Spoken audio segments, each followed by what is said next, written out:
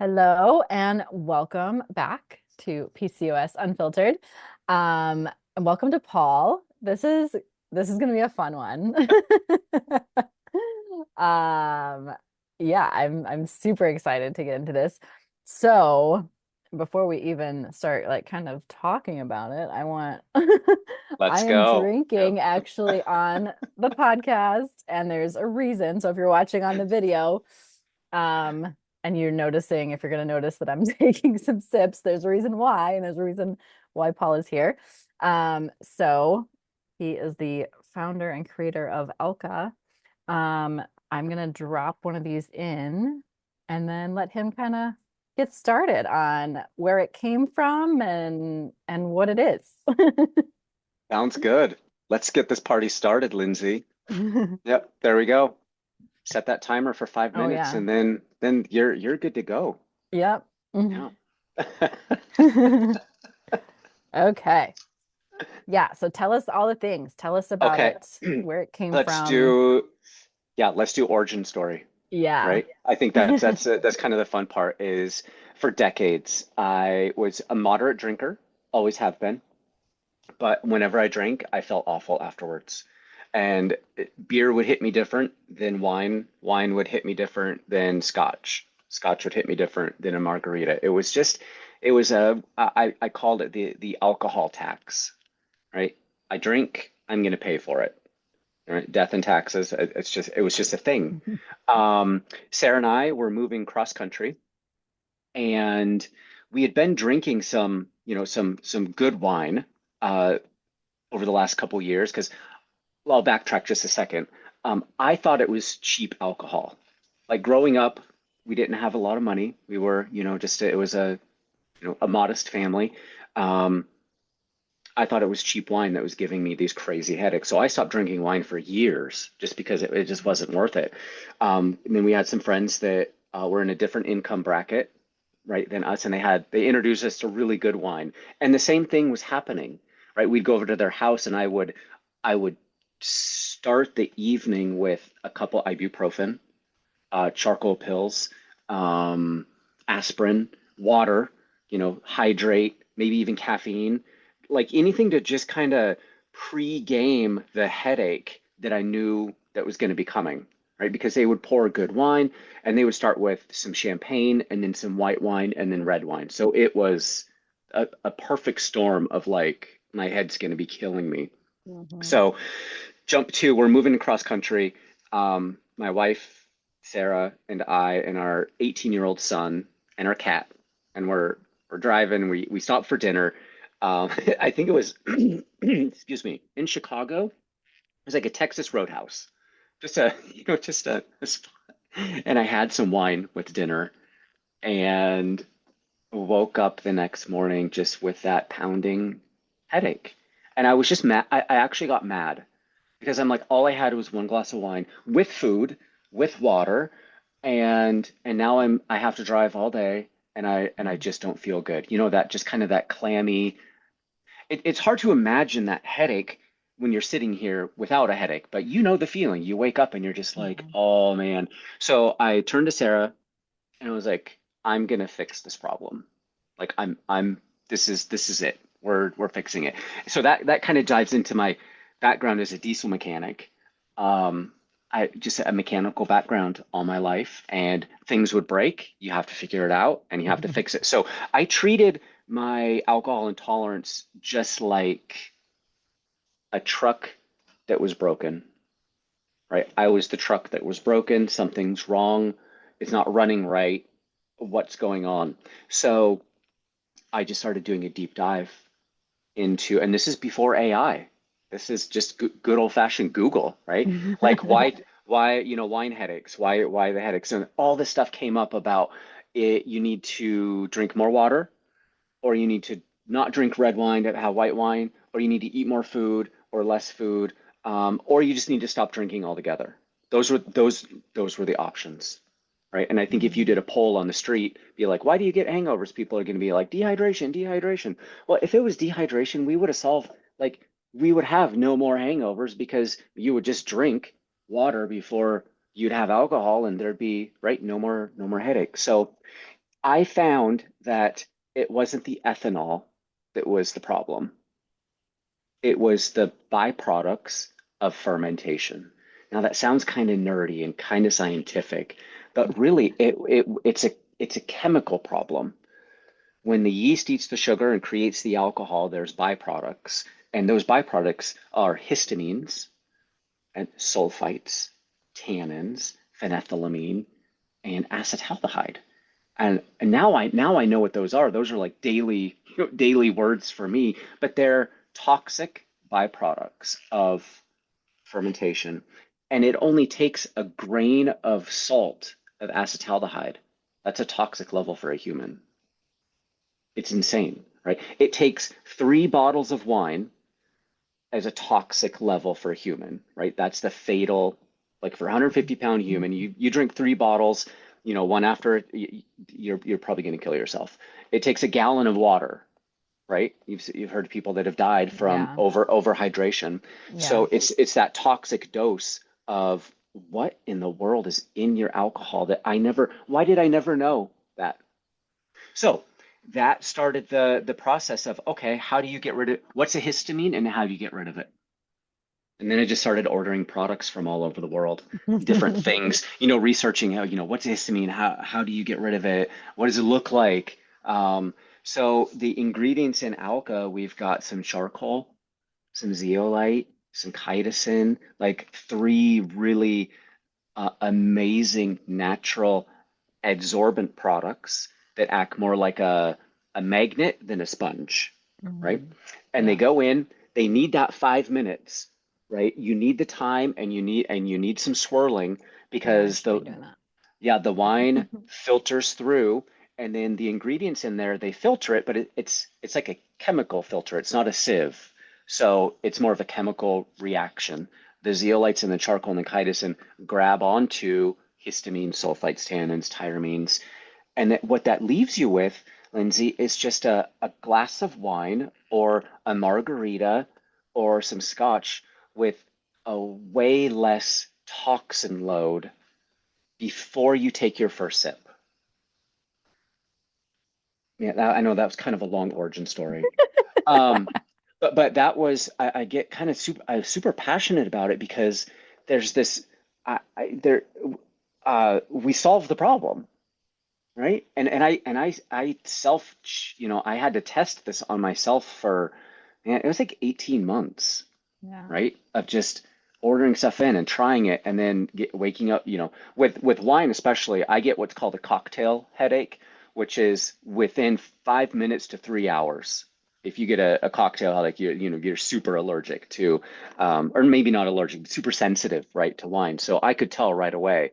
Um, and then there was this recipe that I had, and I tried it, and I woke up with no headache. And then we went to dinner one night, Sarah and I. I was like, man, babe, I think I got it. Like, I think this is the recipe. And we ordered a bottle of wine just between the two of us, and we drank the bottle of wine, and it was, kind of nerve-wracking. Um, Woke up, forgot that we even had any wine, zero issues. Like, just woke up feeling normal. Yeah.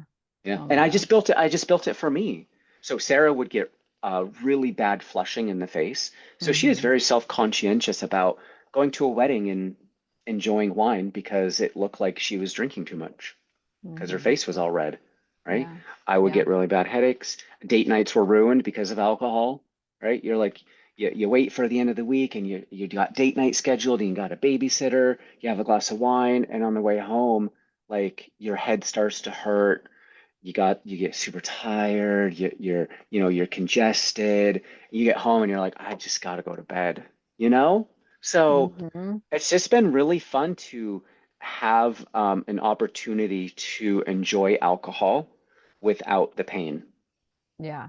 Yeah. Yeah, And that's what I was sharing with you, even when we yeah. talked the first time, and then before we actually hit record on this. But yeah, I mean, because I've not been drinking for like a couple years now. I had Mhm. as I had shared with you, I had a tequila, like tequila and soda at a wedding last year. Yeah.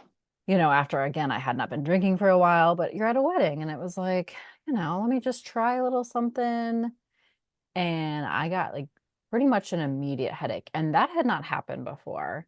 Now, Yeah. sure, it might have been cheaper tequila, but it definitely had not never affected me like that Like before, that. Yeah. And Yeah. then I mean, I was at a wedding this year in April and, had a few sips of champagne, but that was it. Yeah. Because I've kind of given up for that reason because I don't feel good. Sometimes it's right away, sometimes it's the next morning, and it's not like I'm partying hard.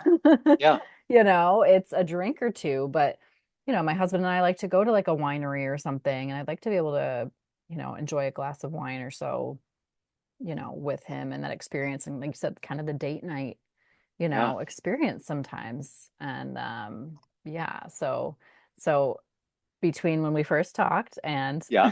today, I did try a margarita with one of them in it, and success, no headache, no Man. feeling bad. So now Yeah. we're moving on to the wine. Oh, All right. It's a timer. and Timer and going? there's my timer. There you go. Time to have a sip. Cheers. I did 10 minutes. Yeah, cheers. You did. Okay. 10 Yeah, is good. I like to yeah. do 10 as well. Um, it's so funny because alcohol is such a part of our life. And when I say that, I mean if you're in moderation, and most people are. They're just like, I don't want to give up drinking, but Hmm. I've pretty much given up drinking because I need to function the next day, Yeah. right? Yeah, that's been my biggest thing. I mean, of course I did it in college, but I would always like kick myself, but you're in college, because you'd wake up the next day and like, oh, I gotta Oh, study, and you right, and then yeah, you're in your 20s still, and yeah, that was my biggest thing. Like also as to why I stopped, because I'm like, I don't want to waste my day, and yeah, there were last year I was training for a half marathon, so yep, I'm like, I really can't because I was running just pretty much every other day at least, so yeah. I'm like, I can't wake up the next day feeling awful and then try to run in the heat and all that stuff. So yeah, it's just like, I guess I'm just done drinking. Yeah, yeah. And that is why we're here.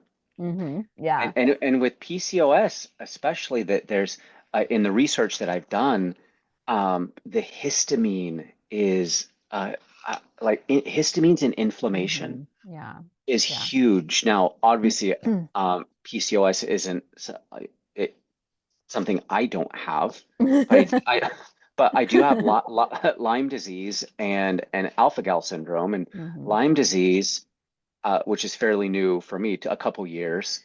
Um, inflammation, Yeah. bad, and inflammation ruins your life, man. Hmm.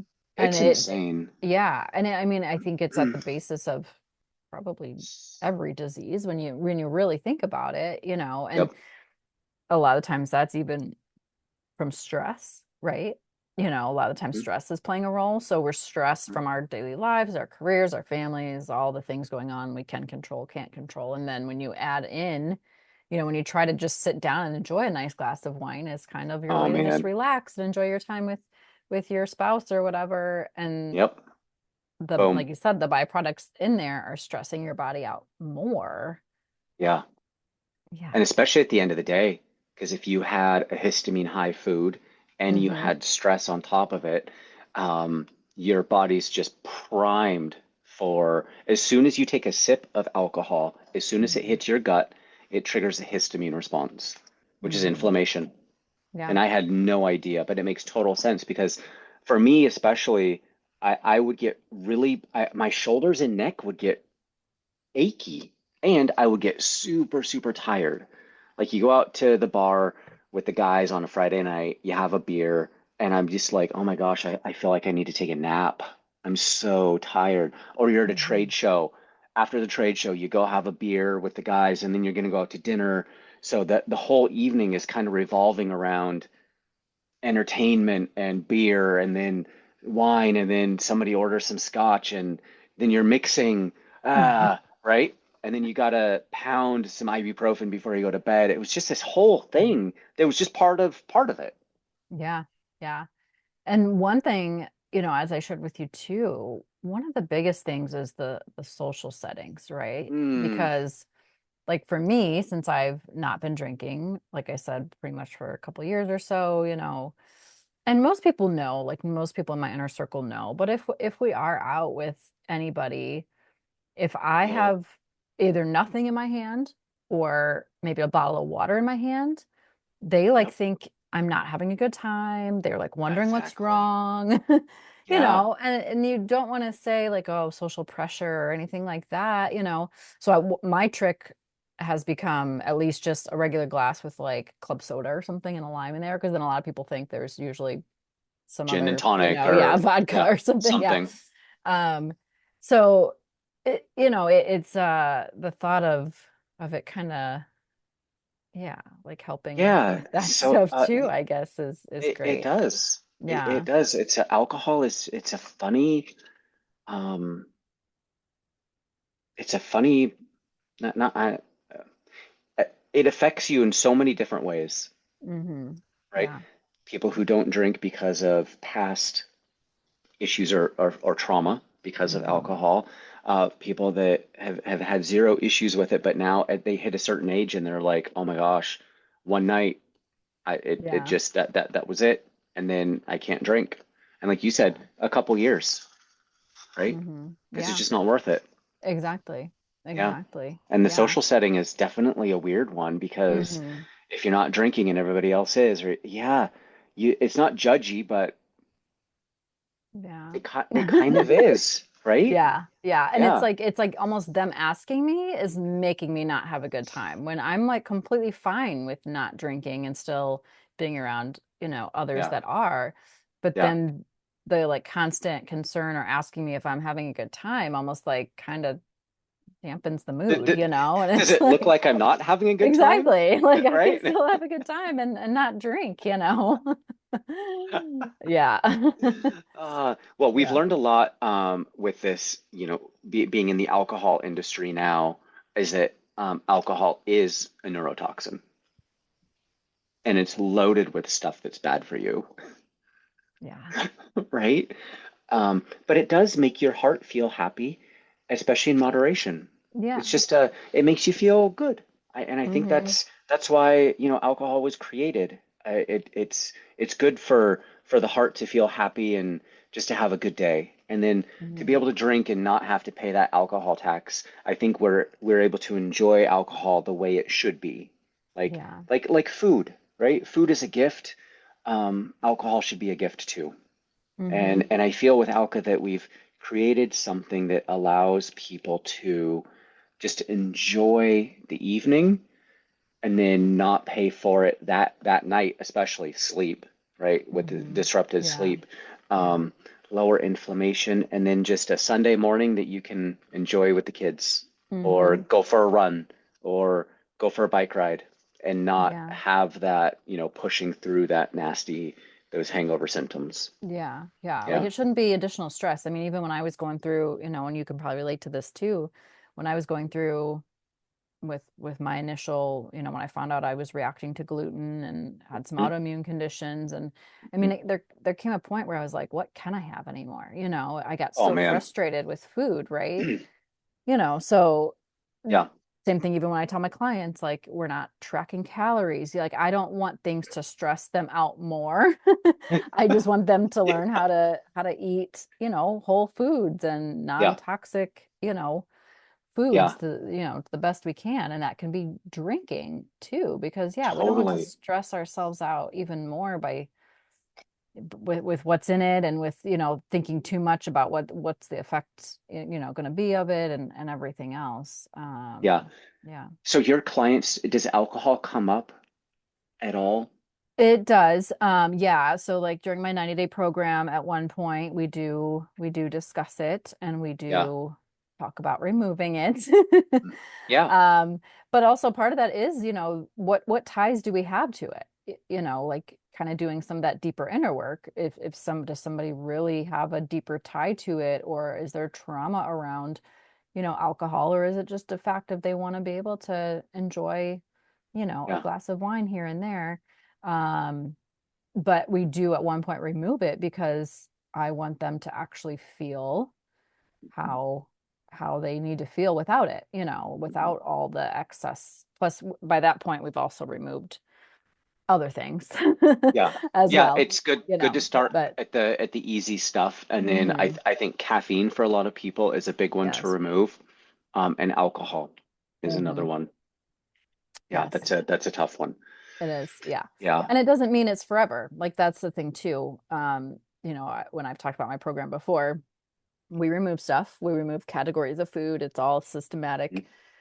but it doesn't mean it's forever. It's just that then you can decide at some point When how to add. and when, yeah, how often and Mm. how you want to bring that stuff back and decide how you feel on that. And sometimes it means raising the standard too. So maybe you say, okay, I'm only going to drink when I have the alcohol available, Yeah. or when it's a higher end, wine or liquor or whatever it Mhm. might be, instead of, or I'm only going to do it on holidays or whatever it might be, Yeah. instead of, Yeah. Yeah. instead of, I yeah, like that. yeah. And that takes a lot of discipline, It right? But does. when your body does not react well to whether it's alcohol or gluten or anything that has it, that triggers that histamine response, it takes a mental mindset to get into hmm that space of I'm Yeah. not going to do it. And even if you have immediate reactions, that food can be such a trigger. It's so powerful, right? Yeah. That you just, especially when you're stressed, because I was like, I'm going to eat when I'm happy. I'm going to eat when I'm stressed. I'm going to eat when I'm sad. I'm going to eat, right? Yeah. Yeah. Yep. And then I Yep. started doing, more research and then being more mindful. And I think with the drinking, it's the same. Sarah and I are talking about just mindful drinking. Um, Exactly. and just a, you need that mindfulness, and it helps to know why it's happening, right? hmm Like with people that have all these issues and then they find out they have PCOS, they're like, oh, God, finally, I figured it out, right? So you take them, then you add the mindfulness to it of like, okay, I'm going to cut gluten out. I'm going to cut my sugar. I'm going to cut my hmm alcohol. I'm going to cut my caffeine. I'm going to cut my histamine load. Then you start seeing the benefits of it, right? Yeah. Clarity. Yeah. Um, you can function better. You can handle hmm stress better. And then you can start adding stuff in, maybe, right? Exactly. Or if Yeah. you do and it doesn't work, well, then you've gone without, and so um, and you can do it. It's like fasting, Yeah. right? Like Yeah. like if you've never fasted, it's a really interesting thing to do because after the hunger pains go away, you have this mental clarity that you're like, oh my hmm gosh, this is Yeah. amazing, right? Yeah. Yeah. Yeah, And it doesn't happen overnight, for people. Like that's what I want people to no, understand too, because like for yeah, me, it was very easy for me, but I've learned, the more I talk to women, the more I work with women, mm, it's not that easy. And so it might be a period of time where we can give up stuff like that, but then sometimes we go back to it, for whatever reason. And that's why I yeah, encourage people to do some of that inner work and inner yeah, reflection to see why, and maybe yeah, subtract some patterns like were you stressed that day? Did something else happen emotionally that set you off that yeah, that's your comfort, right? Even though yeah, you know how it's going to make you feel, yeah, that's your exactly. comfort. And your mind is like, okay, you can do this, like it's fine, even though you know how it's going to make you feel. Yeah. Yeah. Yeah, when you can lock into your own feelings and well-being, that's really powerful. But hmm you're right, it takes a long time. Or it takes Yeah. something drastic to happen, and then you're True. forced to do it. And then once you're forced to do it, then you start learning really quick hmm what works and what doesn't work. Yeah. And then for me with the Alka, it was weird because you kind of get this imposter syndrome of who am I to figure anything out, right? Diesel mechanic for years, and then a sales guy in the safety industry. But then you start thinking, we filter our water, right? We filter our air hmm in our house in our car. Every type of juice or drink or anything is filtered. The oil in our cars, there's filters everywhere. Yeah. Um, so why not filter our alcohol? Yeah. And that's kind Mhm. that helps with the imposter syndrome of like, okay, we're just filtering alcohol. And then the more research I've done, alcohol is filtered a lot during the process because if it wasn't, your wine would just be full of uh, contaminants, right? Mhm. And grape skins and seeds and pieces of oak barrel and like everything's filtered sieve wise, but there's just a lot of stuff left in there. And it's funny, once you remove these toxins, you you give your body a fighting chance. Mhm. Yeah, Yeah, exactly. Yeah. yeah. So